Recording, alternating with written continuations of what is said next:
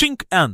Je l'ai fait en 40 versements différents, en revenant toujours à l'endroit où je m'étais arrêté. Si peu de partenariats musicaux ont suscité autant de fascination et de mystère que Simon et Garfunkel. Sur scène, leurs harmonies semblaient naturelles, presque comme s'ils étaient nés pour chanter ensemble. Mais derrière le rideau, leur amitié était tout sauf simple. Les fans ont passé des décennies à spéculer sur ce qui s'est réellement passé entre Paul Simon et Art Garfunkel. Deux amis d'enfance qui ont atteint des sommets incroyables. Imaginez que les gens écrivent à ce sujet, ils disent que cela arrive. Je ne pense pas vraiment, seulement pour s'effondrer soudainement. Était-ce l'ego, l'ambition, la trahison ou quelque chose de plus profond ? Pendant des années, la vérité a été obscurcie par des rumeurs et des demi-réponses.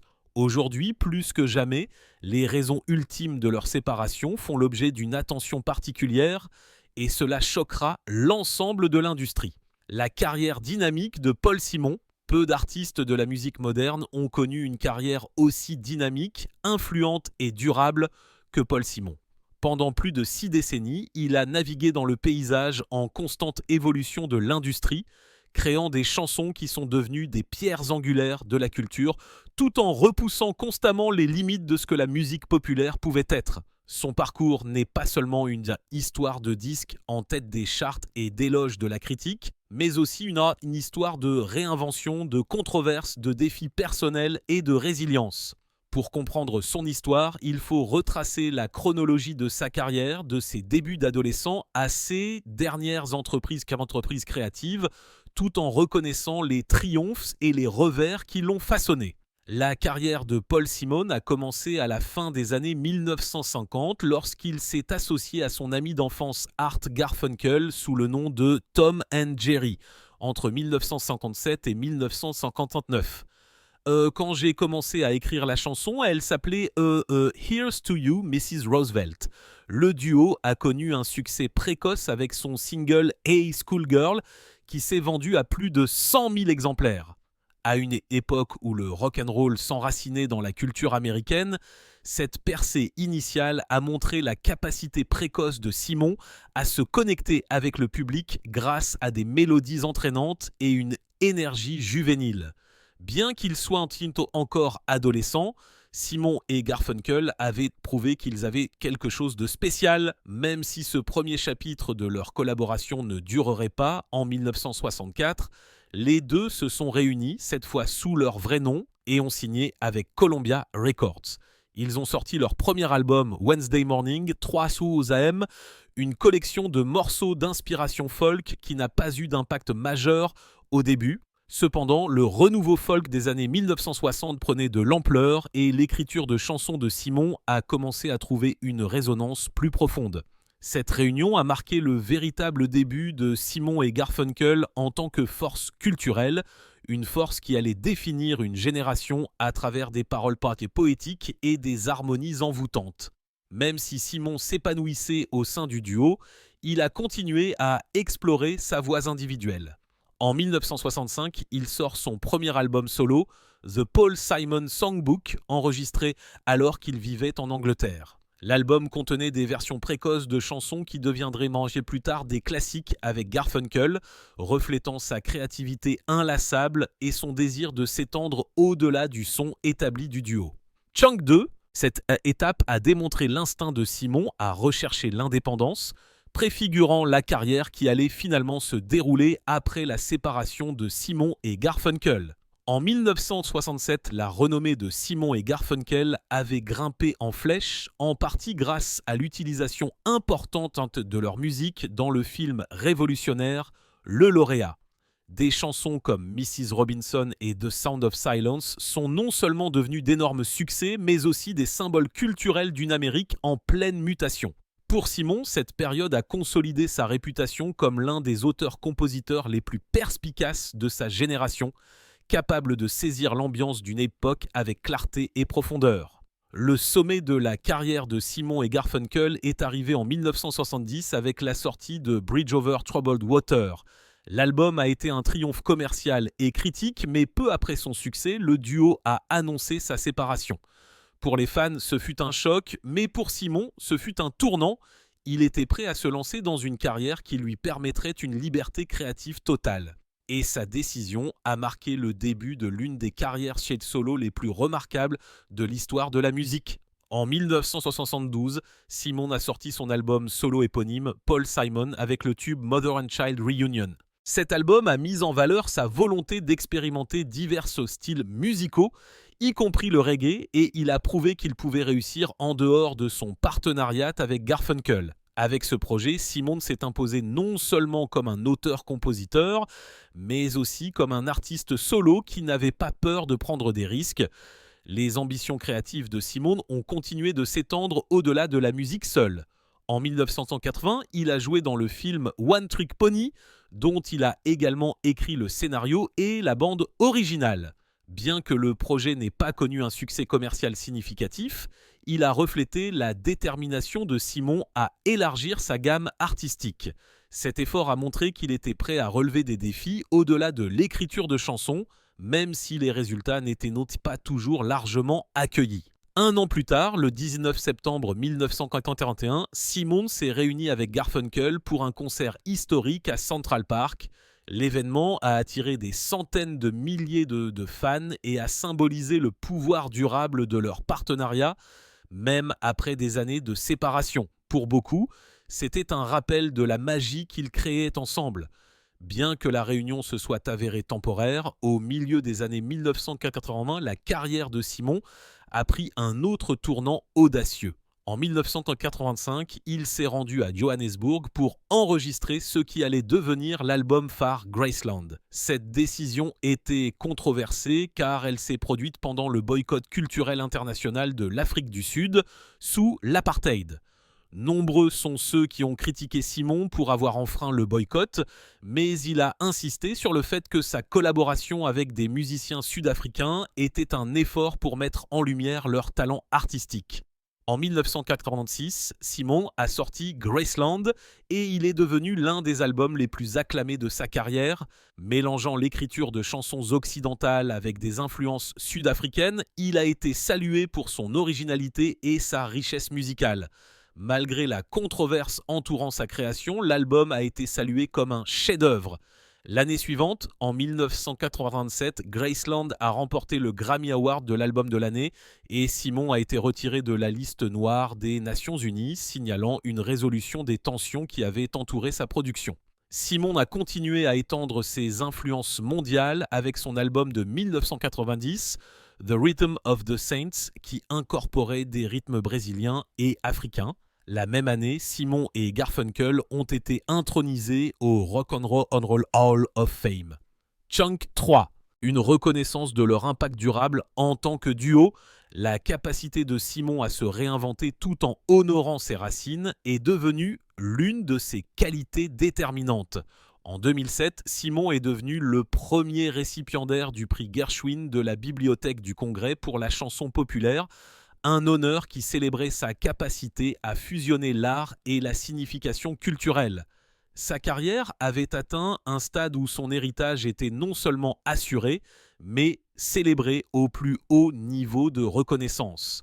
Des défis personnels sont survenus plus tard dans sa vie. En 2014, Simon et sa femme Eddie Brickell ont été arrêtés pour troubles à l'ordre public à la suite d'une dispute domestique. Bien que les accusations aient été abandonnées, l'incident a attiré l'attention du public et a rappelé que la vie personnelle de Simon, comme sa carrière, n'était pas sans turbulence. En 2018, Simon a annoncé que sa prochaine tournée serait la dernière, marquant la fin d'une ère. Ses adieux se sont conclus au Flushing Meadows Corona Park dans le Queens, ramenant son voyage à son point de départ. Pour les fans, c'était un rappel poignant des décennies de musique qui avaient défini tant de moments de leur vie. Même dans ces dernières années, la créativité de Simon n'a jamais faibli. En 2023, il a sorti l'album Seven Psalms, une œuvre profondément personnelle et réflexive qui a montré son engagement continu envers l'écriture de chansons comme une forme d'exploration et d'expression.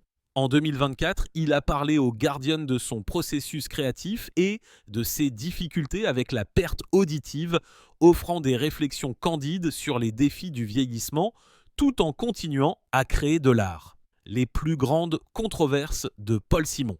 La carrière remarquable de Paul Simon, remplie d'innovations, de réinventions et d'impact culturel durable, n'a pas été sans turbulence à côté de ses nombreux triomphes.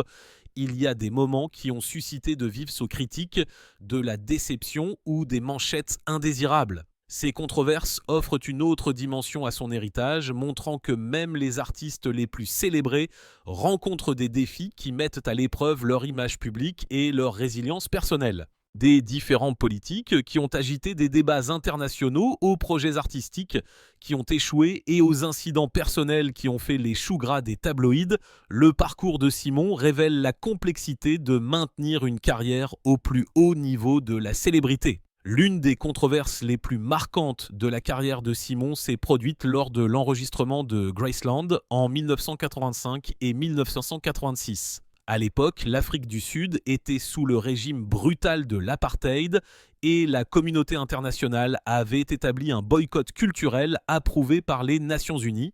Le but du boycott était d'isoler l'Afrique du Sud et de faire pression sur son gouvernement pour qu'il démantèle l'apartheid. Malgré cela, Simon s'est rendu à Johannesburg et a enregistré avec des musiciens sud-africains, estimant que leur art méritait une plateforme mondiale.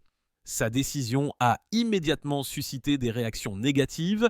Les critiques, y compris d'autres artistes et militants anti-apartheid, l'ont accusé de violer le boycott et de saper un effort mondial contre un régime oppressif. Simon, cependant, s'est défendu en expliquant qu'il avait payé tous les musiciens équitablement et que son intention était de mettre en évidence leur immense talent plutôt que de soutenir l'apartheid.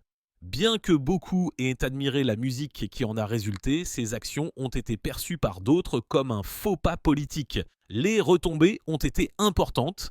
Simon a été placé sur la liste noire culturelle de l'ONU, l'empêchant de participer à certains événements mondiaux. Ce n'est qu'en 1987, après le succès généralisé de Graceland et la reconnaissance de ses échanges culturels, qu'il a été officiellement retiré de la liste.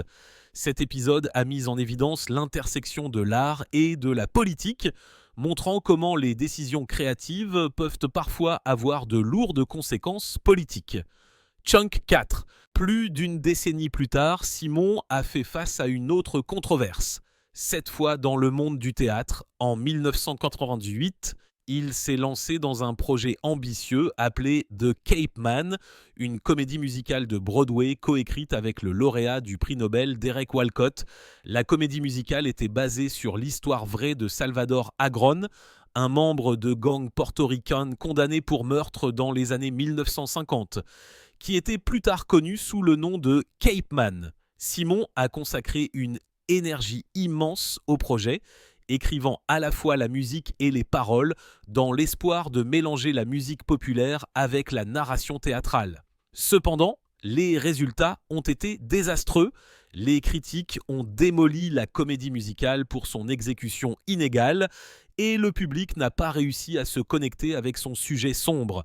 Malgré la puissance des stars derrière elle et le talent d'auteur-compositeur prouvé de Simon, la comédie a été arrêtée après seulement 68 représentations, devenant l'un des échecs les plus tristement célèbres de Broadway. L'effondrement commercial et critique de Cape Man a été un coup dur pour la réputation de Simon à l'époque, soulevant des questions quant à savoir si son génie dans l'écriture de chansons pouvait se traduire avec succès au théâtre.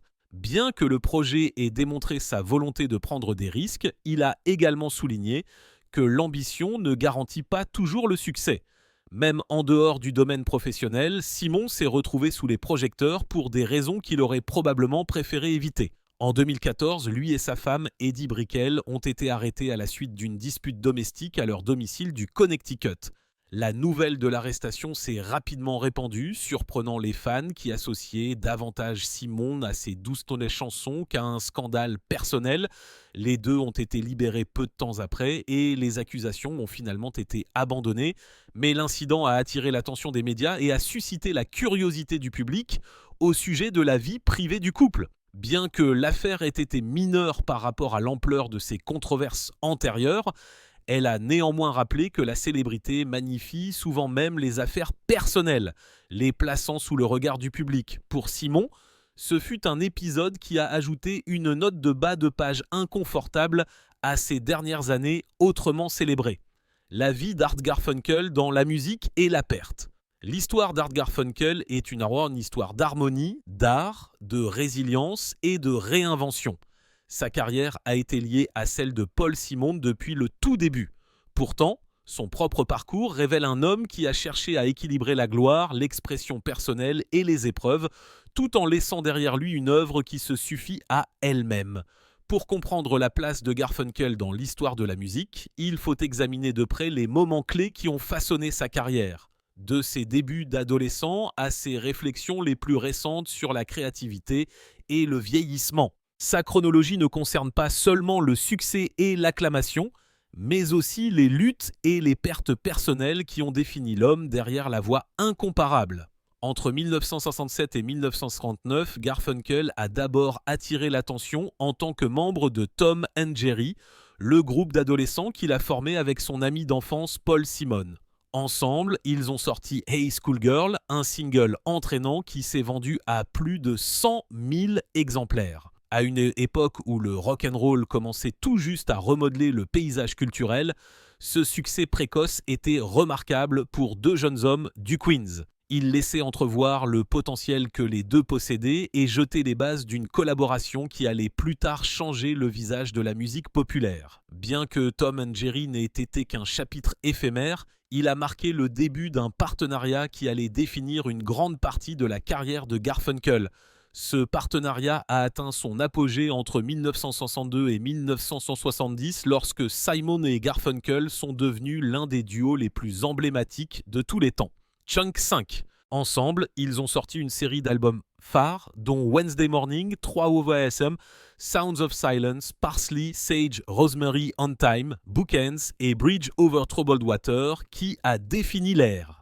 Le ténor angélique de Garfunkel associé à l'écriture de chansons brillantes de Simon a créé un son à la fois intemporel et profondément révélateur de son époque. Des chansons comme Scarborough Fair, Mrs. Robinson et Bridge Over Troubled Water les ont élevés au-delà du simple succès dans les charts pour en faire des symboles culturels. Pourtant, même lorsque leur musique montait en flèche, des tensions créatives et personnelles mijotaient, menant finalement à leur rupture en 1970. Pour Garfunkel, cela signifiait relever le défi de s'imposer en tant qu'artiste solo après avoir été connu pendant si longtemps comme la moitié d'un duo. En 1973, Garfunkel a officiellement lancé sa carrière solo avec l'album Angel Clare. Le disque comprenait le tube All I Know, une ballade qui mettait en valeur son style vocal pur et est devenue l'une de ses réalisations solo les plus durables. Le succès de l'album a confirmé que Garfunkel pouvait se débrouiller seul sans Simon et a prouvé que sa voix n'était pas seulement essentielle à leur partenariat antérieur, mais aussi assez forte pour porter sa propre identité artistique. Cela a marqué le début de ses efforts pour se tailler une carrière distincte de l'ombre de Simon et Garfunkel. Tout au long du milieu, à la fin des années 1970, Garfunkel a continué à bâtir sa carrière solo avec la sortie d'albums comme Watermark et Breakaway. Ses œuvres contenaient des chansons telles que What a Wonderful World et Bright Eyes. Cette dernière est devenue un succès majeur au Royaume-Uni. Son style pendant cette période penchait vers le soft rock et les ballades d'inspiration folk, mettant souvent l'accent sur une émotion tendre et des arrangements luxuriants. Cette époque a révélé la capacité de Garfunkel à interpréter des chansons avec sensibilité, un talent qui a gardé sa voix distinctive même lorsque les tendances musicales ont évolué autour de lui. Mais 1969 a apporté une tragédie dévastatrice lorsque sa partenaire, l'actrice et photographe Laurie Bird, s'est suicidée. La perte a profondément affecté Garfunkel, le plongeant dans une période de dépression qui a laissé des cicatrices durables. Dans des interviews ultérieures, il a admis à quel point l'événement l'avait secoué, le laissant aux prises avec le deuil tout en essayant de maintenir sa carrière. Cette douleur personnelle a souligné les défis de vivre sa vie sous le regard du public, tout en luttant en privé contre la perte et le chagrin.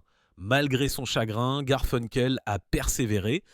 En 1951, il sort l'album Scissors Cut et participe à l'une des réunions les plus mémorables de l'histoire de la musique. Le 19 septembre de cette année-là, Simon et Garfunkel ont donné un concert gratuit à Central Park à New York, attirant plus de 500 000 personnes.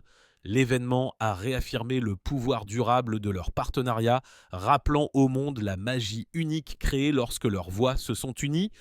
Pour Garfunkel, le concert a été à la fois un triomphe professionnel et un rappel doux amer d'un lien qui, bien que tendu, résonnait encore profondément auprès du public. En 1990, Garfunkel, aux côtés de Simon, a été intronisé au Rock and Roll Hall of Fame en tant que membre de Simon & Garfunkel. Plus tard dans sa carrière, il serait également reconnu individuellement, affirmant ses contributions uniques en tant qu'artiste. Cet honneur a servi de jalon cimentant officiellement la place du duo dans l'histoire de la musique et validant l'héritage de Garfunkel comme l'une des voix les plus distinctives de sa génération. Le début des années 2000 a apporté un autre chapitre de reconnaissance et de réunion. Entre 2003 et 2004, Garfunkel s'est brièvement réuni avec Simon une fois de plus, cette fois pour une série de spectacles. Au cours de cette période, le duo a reçu le Grammy Lifetime Achievement Award, reconnaissant leur profonde influence sur la musique moderne. Chunk 6. Bien que leur relation ait continué d'être compliquée, la réunion a mis en évidence la signification culturelle durable de leur partenariat et la nature intemporelle des chansons qu'ils avaient créées ensemble. En 2015, Garfunkel s'est tourné vers l'écriture, publiant ses mémoires What is it all but luminous? Notes d'un homme souterrain. Le livre a offert aux fans un aperçu intime de ses pensées, de ses expériences et de ses réflexions, mettant en valeur ses sensibilités poétiques sous forme de prose. Avec honnêteté et introspection, Garfunkel a utilisé ses mémoires pour partager non seulement l'histoire de sa carrière, mais aussi son monde intérieur, ajoutant ainsi une autre dimension à sa production artistique. Même dans ces dernières années, Garfunkel est resté actif et créatif. En 2024, lui et son fils ont sorti l'album Garfunkel and Garfunkel, Father and Son, un projet qui mêlait la musique au lien familial. Cette sortie a symbolisé la transmission de la tradition et de l'art à travers les générations, soulignant à quel point la musique continuait d'être une partie profondément personnelle de la vie de Garfunkel. Elle a également permis aux fans de le voir dans un nouveau rôle, non seulement en tant que chanteur, mais aussi en tant que père, partageant son don avec la prochaine génération.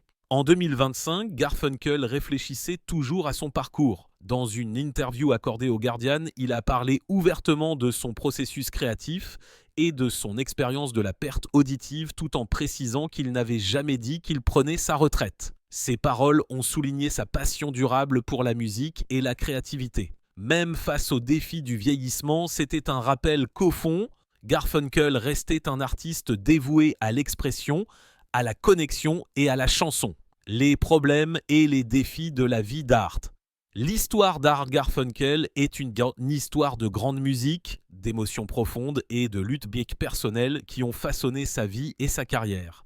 Son parcours a commencé à la fin des années 1950 lorsqu'il a fait équipe avec Paul Simon sous le nom de Tom and Jerry. Ensemble, ils ont sorti le single Hey Schoolgirl qui s'est vendu de façon inattendue à plus de 100 000 exemplaires. Ce succès leur a donné un avant-goût de la reconnaissance et a préparé le terrain pour un partenariat musical qui allait finalement entrer dans l'histoire. Même dans ses premières années, la voix claire et angélique de Garfunkel s'est démarquée et le public a commencé à remarquer la chimie unique qu'il partageait avec Simon. Ce qui a commencé comme deux enfants du Queens chantant ensemble pour le plaisir est rapidement devenu le début de l'un des duos les plus célébrés de la musique américaine. Au début des années 1960, Garfunkel et Simon s'étaient réunis, cette fois sous leur vrai nom, et avaient signé avec Columbia Records entre 1962 et 1970. Simon et Garfunkel ont sorti une série d'albums emblématiques qui allaient devenir des monuments de la musique populaire. Leur début, Wednesday Morning, 3 AM, ont peut-être commencé modestement, Mais les albums suivants comme Sounds of Silence, Parsley, Sage, Rosemary and Thyme et Bookends les ont établis comme des voix culturelles de l'époque. Leur chef-d'œuvre de 1970, Bridge Over Troubled Water, a non seulement cimenté leur place dans l'histoire de la musique, mais a également marqué le sommet de leur collaboration. Le chant planant de Garfunkel sur la chanson-titre est devenu l'une des performances les plus mémorables du siècle. Mais même lorsque leur succès atteignait de nouveaux sommets, les tensions au sein du partenariat ont commencé à monter et le duo s'est officiellement séparé peu après la sortie de Bridge Over Troubled Water. Après la rupture, Garfunkel a poursuivi une carrière solo. En 1973, il sort son premier album, Angel Clare, qui comprend le tube All I Know. L'album met en valeur sa capacité à se débrouiller seul en mettant l'accent sur son style vocal distinctif et sa profondeur émotionnelle. Tout au long des années 1970, il sort des albums tels que Watermark et Breakaway qui comprennent des chansons mémorables comme What a Wonderful World et Bright Eyes. Ces projets l'ont aidé à se tailler une identité distincte de Simon, tout en démontrant sa capacité à interpréter des chansons d'une manière qui se connecte puissamment avec les auditeurs. Chunk Set. À la fin de la décennie, Garfunkel était reconnu non seulement comme la moitié d'un duo légendaire, mais aussi comme un artiste solo respecté à part entière. Cependant, l'année 1979 a apporté une tragédie qui allait changer la vie de Garfunkel. Sa partenaire, l'actrice et photographe Laurie Bird, s'est suicidée, une perte qui l'a dévasté. Garfunkel est entré dans une profonde dépression, se retirant de la vie publique et luttant contre un chagrin qui allait le hanter pendant des années. Cette tristesse personnelle a profondément influencé sa musique. Plus particulièrement, son album de 1941, Scissors Cut, qui portait un poids émotionnel indéniable. La mort de Bird a marqué un tournant, montrant au monde que la voix angélique de Garfunkel n'était pas épargnée par la douleur. Derrière la présence sur scène et les performances soignées se cachait un homme aux prises avec une perte insupportable. Et cette vulnérabilité s'est tissée dans la musique qu'il a créée dans les années qui ont suivi. En 1981, malgré ses luttes personnelles, Garfunkel s'est réuni avec Simon pour le légendaire concert de Central Park. L'événement, auquel ont assisté plus d'un demi-million de personnes, a rappelé la magie qu'ils pouvaient créer ensemble. Pourtant, même avec ce succès, Garfunkel a continué à équilibrer ses activités solo avec des collaborations occasionnelles. Au cours des années 1980 et 1990, il a sorti des albums tels que Lefty et Up Till Now, tout en explorant des rôles d'acteurs dans des films comme Catch 22 et Carnal Knowledge. Il a même prêté sa voix à des projets d'animation, diversifiant davantage sa carrière. Ces décennies ont prouvé que Garfunkel était plus qu'un simple chanteur dans un duo. C'était un artiste aux multiples facettes, capable de passer à différentes formes d'expression. En 1990, Simon et Garfunkel ont été intronisés au Rock and Roll Hall of Fame, un honneur qui a reconnu leur contribution monumentale à la musique. Bien que leur relation personnelle soit restée compliquée, l'intronisation a mis en évidence l'héritage culturel qu'ils ont construit ensemble. Au début des années 2000, ils se sont brièvement réunis à nouveau, recevant un Grammy Lifetime Achievement Award et se lançant dans une tournée réussie qui a rappelé au public l'attrait intemporel de leur musique. Pourtant, derrière les éloges, leur relation est restée fragile et de longues périodes d'éloignement ont suivi. Au fur et à mesure que Garfunkel avançait, il a continué à créer et à réfléchir. En 2015, il a publié ses mémoires What is it all but luminous? Note d'un homme souterrain offrant des aperçus de son parcours personnel, de son art et de ses réflexions sur la vie. Puis, en 2024, il a surpris les fans en sortant Garfunkel and Garfunkel, Father and Son, avec son fils James. L'album représentait à la fois une transmission du flambeau et une continuation de son héritage musical, montrant que même tard dans sa carrière, Garfunkel restait engagé à faire de la musique. En 2025, il réfléchissait toujours publiquement à son processus créatif et à ses défis, y compris la perte auditive, soulignant qu'il n'avait jamais vraiment eu l'intention de prendre sa retraite. Paul rompt le silence sur son amitié brisée avec Art. L'amitié entre Paul Simon et Art Garfunkel a toujours fasciné les fans, non seulement à cause de leur musique, mais aussi à cause des hauts et des bas émotionnels qui ont défini leur partenariat. Leur histoire est celle d'une brillance artistique inégalée, mais aussi de tensions, de sentiments blessés et de conflits non résolus qui se sont étalés sur des décennies. Paul Simon a parlé ouvertement de cette dynamique, en particulier dans le documentaire In Restless Dreams, The Music of Paul Simon, où il réfléchit à la façon dont une amitié qui a commencé dans l'enfance s'est transformée en l'une des relations les plus compliquées de l'histoire de la musique moderne. Chunk 8. Ces réflexions nous donnent une compréhension plus claire de ce qui a réellement causé la fracture, de la raison pour laquelle les retrouvailles ont toujours semblé difficiles et de la façon dont le poids de leur histoire commune n'a jamais complètement disparu. Le partenariat entre Simon et Garfunkel a été turbulent dès le début, marqué par des désaccords sur le contrôle créatif et les ambitions personnelles. L'une des premières fissures s'est apparue lorsque Paul Simon a signé un contrat d'enregistrement solo sans en parler à Garfunkel. Cette décision a blessé Garfunkel qui s'est senti exclu de quelque chose qui aurait dû être discuté entre eux. Plus tard, la situation s'est inversée lorsque Art Garfunkel a poursuivi des rôles d'acteurs dans des films comme Catch 22 et Carnal Knowledge sans consulter Sean. Paul s'est senti tout aussi trahi. Pour Simon, cela suggérait que Garfunkel donnait la priorité à des intérêts extérieurs plutôt qu'à leur musique, le laissant seul porter le fardeau créatif. Ces moments d'incompréhension et de déception sont devenus le fondement de ce qui allait finalement mener à leur séparation. Paul Simon a décrit le problème comme un problème de déséquilibre. Alors que la voix de Garfunkel apportait une magie unique à leurs chansons, Simon était celui qui écrivait les paroles, composait les mélodies et gérait les séances d'enregistrement. Selon ses propres mots, nous avions un partenariat inégal parce que j'écrivais toutes les chansons et que je dirigeais essentiellement les séances, parce que je disais que c'est comme ça que ça se passe et que c'est la partie de guitare et que tu devrais jouer ça à la batterie et que la basse devrait faire ça. Pendant ce temps, Garfunkel, souvent aux côtés de leur producteur Roy Halley, donnait son approbation plutôt qu'une contribution créative égale.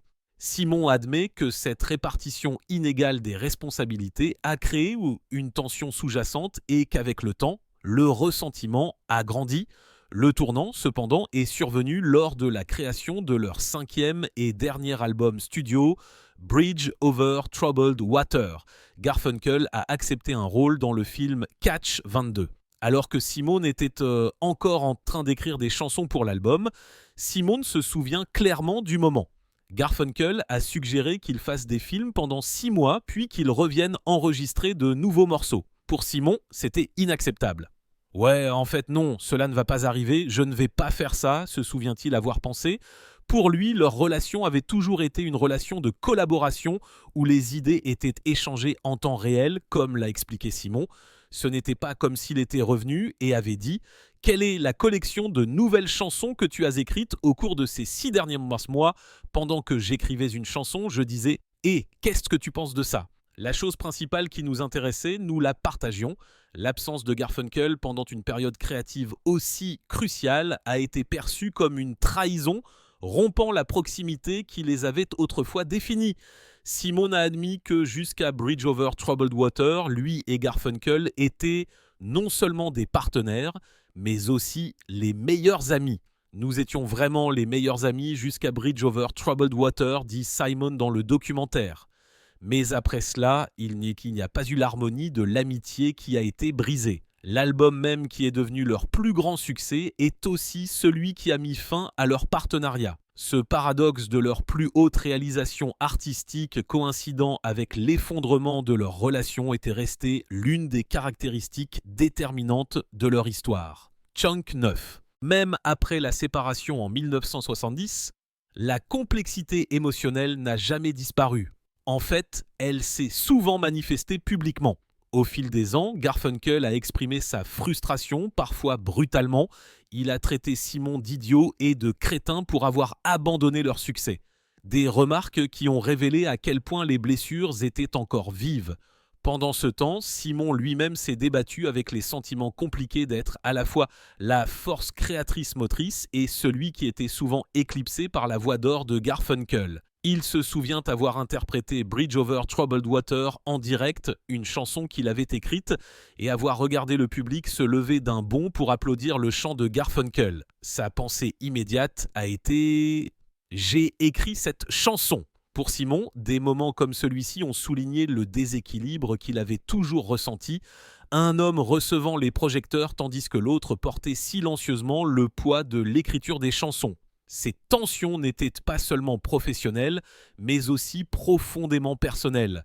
Simon a décrit la façon dont les influences extérieures, même depuis l'enfance, ont façonné la dynamique. Il se souvient que sa mère lui avait dit un jour « Tu as une bonne voix, Paul, mais Arthur a une belle voix ». Il a appelé cela une sorte de traumatisme freudien qui est resté avec lui, façonnant la façon dont il percevait leur rôle dans le duo. Pour Simon, la combinaison des comparaisons de l'enfance, des déséquilibres professionnels et de l'absence de Garfunkel lors de moments critiques a abouti à un point de rupture.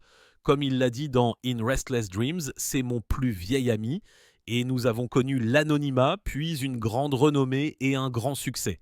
Et ces choses ont leur propre pression. Le poids de la renommée et les contraintes des contributions inégales se sont avérés trop lourds pour que leur amitié puisse les supporter.